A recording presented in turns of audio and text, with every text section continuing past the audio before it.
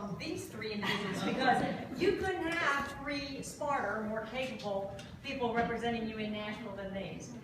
It's true, I've known Randy now a long time, and he's one of my heroes. And you have a balanced budget, and you have a low debt state, and you have the third lowest tax state in the nation, because that gentleman right there works on that finance committee almost on a daily basis. Even when you're not in Nashville, we got you working. And Ken and Marilyn are such a good team. They really are a team. But I put Ken in charge of business and utilities, making him do a little work on that committee, and they handle some of the more complicated, difficult issues that come before the General Assembly.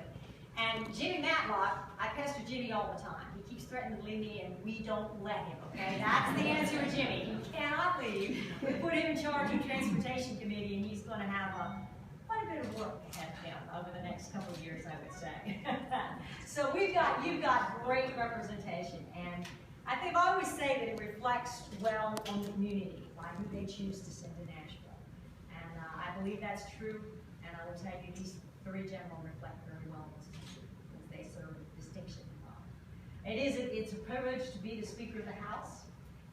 It's something that I thoroughly enjoy doing. I love the legislative process. Have you noticed that in me? Can you kind of see that I'm a little passionate about this? And I'm very proud of our state legislature. We do a good job. And when you compare what you see in Washington, D.C. and the absolute dysfunction of Congress, you see a sharp contrast with what you see in the General Assembly. We're a part-time legislature, which I think is a real blessing. That means that they live under the laws that they pass for everyone else, right? And that's a good thing.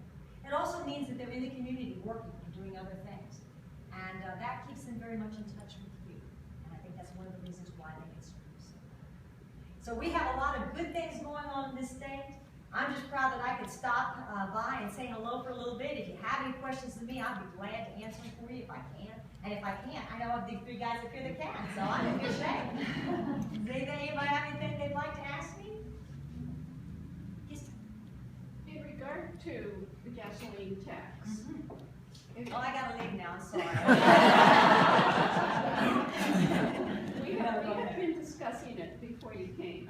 If it does not come up, and it will probably be a year or two before it's enacted and we start seeing any money coming in that will be able to be used for road projects, when is it going to come up? When is it going to be passed?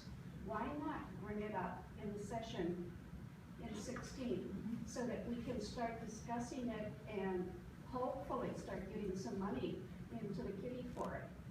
Well, I think the governor sees a long-term strategy here, so he's traveling the state, as you know. I was talking to the reporter here. If you ask, and it's not going to be an easy thing to pass. Don't get me wrong. I don't think it is, because anytime you increase taxes, that's a difficult vote for my legislators. It just is. And if you poll people, do you want to see your gas taxes go up? They're going to say to you, no. If you mention a specific project back home in their district, they're going to say, yeah, we really need that, right? So we need Harwell Highway. We need this. We need that. That's the difference, and I think that's why the governor is going around first in what he calls a listening tour, listening to folks. I think that it really looking at more than just a one-prong approach. If you're looking at a long-term solution, I think we're one of the lowest in diesel taxes, and we know the trucks cause more damage on our highways than a lot of others. And we don't have bad roads. I mean, I will tell you, we rate the second best roads in the nation. And so I think we've managed well with the resources that we've been given. And I also think that we now have cars, and I'm sure these guys have talked about it, so that are more efficient, and they use different sources than just gas. And that's going to happen more in the future. I was reading the Wall Street Journal just the other day that Honda Accord and Civic, two of the most popular cars out there, right? Everybody's buying this? By year 2018, they predict they'll be on just strictly hydrogen, driving hydrogen. So just to push up the gas tax, that's not going to be long term, I don't think, because I'm not so sure we're always going to be using it. So I think there's going to be a lot of things that we're going to look at as a General Assembly, and I don't think the governor feels ready to move this legislative session, because that's what he was told me. So I think you're looking at more next year. And I think you're probably not going to have just a single approach, it's going to be a prompt approach to our infrastructure needs. Something else? This is pretty nice. Hi, Dave. Will you be a candidate for governor? Leave it to David Coffey to ask a question like that. Well, you know, I love state government, and it's an honor to serve, and we'll see what the future holds. It would be an honor, of course, but that's a little early.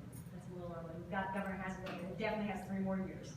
Is there any consideration to do taxation based on miles driven? Actually, that is something that we're looking at. There's other states that actually have registration fees based on the weight of the car that you choose to drive. So, I mean, there's a lot of different things we're looking at. I think, you know, a quick hit is raise the gas tax, but I think there are other things that we need to be looking at for a more positive long-term solution that's less harmful to you. I mean, it is something to be said when you have a little break on taxes, which gas is an all-time low now. That allows you to spend your money some other places. So we're very cognizant of that. I can speak for all of us. We don't raise taxes culture stuff with that. That's not how that General Assembly functions. We're about as tight as you can be. So, and that's a good thing for you. Instead of waiting and having to maybe raise the gas tax 5 to 10 cents, couldn't you go to tax center or one it right now and have that money available as you do it all the time? That's a possibility. I think what the governor, in just my limited conversations with him, and I haven't talked to him often about it, I think he realizes that passing a tax increase is a tough sell in the General Assembly, and if he's going to do it, he's going to bite the bullet. Is what he's leaning into believe.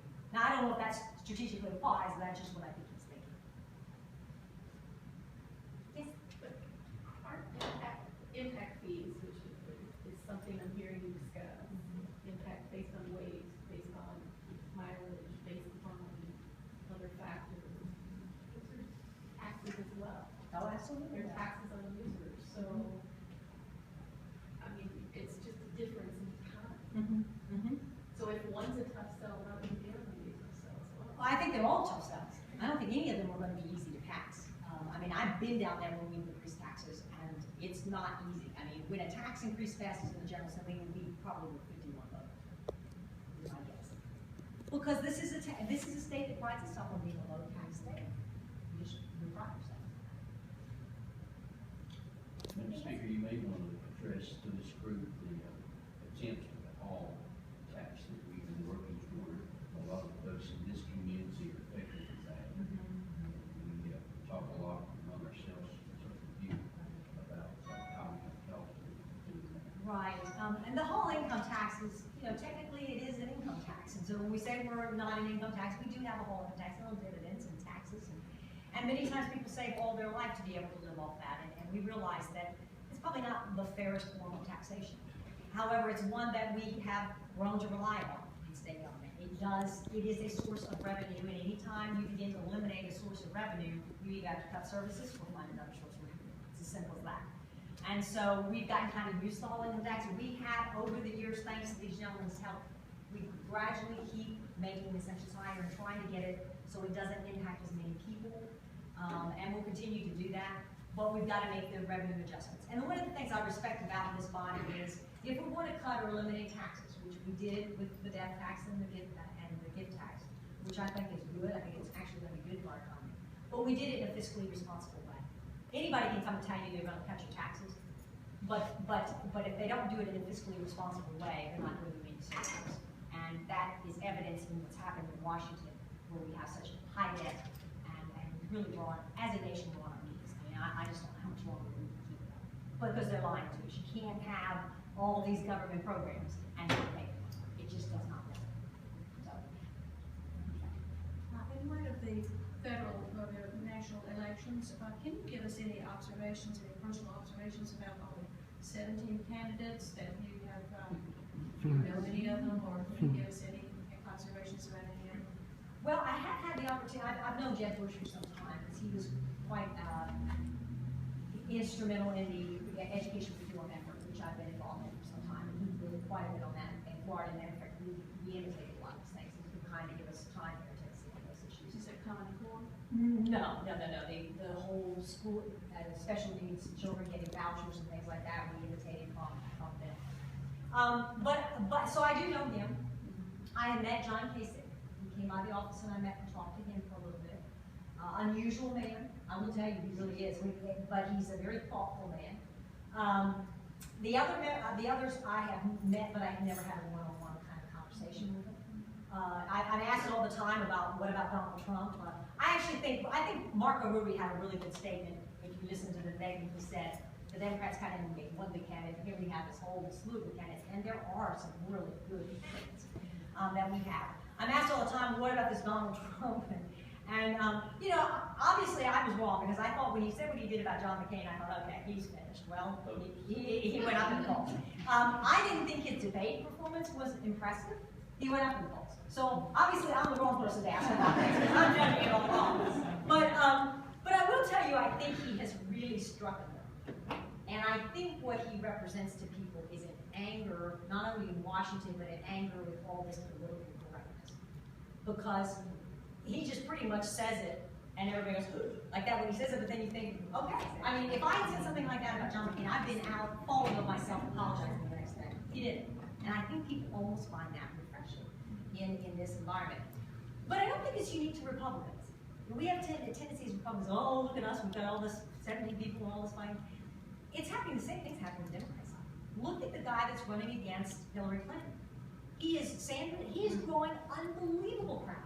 Many more people than him. He's surging ahead in the polls. And what does he represent? He's against everything in Washington, D.C. I'm against it. Now, I think he's a socialist, but she's the establishment candidate, and she stalled. And here's this guy, who's wacko, I think, is surging ahead in the polls and drawing huge crowds. So I think they have it on their side, too. I think people are fed up. And they're tired of just hearing more promises. I think that's what you're doing. Now, how it will all shake out? I don't know. But I would have thought that he wouldn't be still surging. On the other side, he may get beat. Because this may be all the percentage points he's going to get, and then people are going to go, and they'll start looking at these other candidates. But interesting times, right? That's all the more reason to be involved in the Republican Party, right? Because you're not going to be bored these days. And for once, I'm not going around to all Republican groups saying, I need help with my state legislative candidates. Forget everything else, just help with my state. We're in really good shape in the state. We have a supermajority in the House and the Senate. And I just left this right-hand guy, Jason Zachary. He's going to be a great addition. And so we have really elected some good people to serve the state. What's your favorite part about your job? My favorite part, getting to work with people like this. I mean that sincerely. I really enjoy watching these people work, and I love public policy. I've loved it since I was in high school. I actually like to sit down and read public policy and study about it. And then to watch these guys hashed out in committees, that's fascinating to me. I get asked all the time this question, like, I mean, these are a pretty rowdy group, you'll have to admit. And they all run for office because they care deeply about certain issues, or they don't really like office. And they care deeply about their districts. So they have strong personalities, okay? You have to have a certain level of competence for us. So you get 99 of those in one group. And my job is to try to get them all one like this, right? And so I get asked all the time, is it like herding cats? If you heard that saying, it just must be like herding cats, Beth. And a good friend of mine is the speaker in Virginia, Bill Howe. And I asked Bill, I said, do you get that? And he said, all the time, people say to me, how do you herd those cats down there in the legislature? And I said, well, what do you say that? He said, it's not anything like herding cats. I said, well, what do you think it's like? He said, well, it's like being the groundskeeper in a cemetery.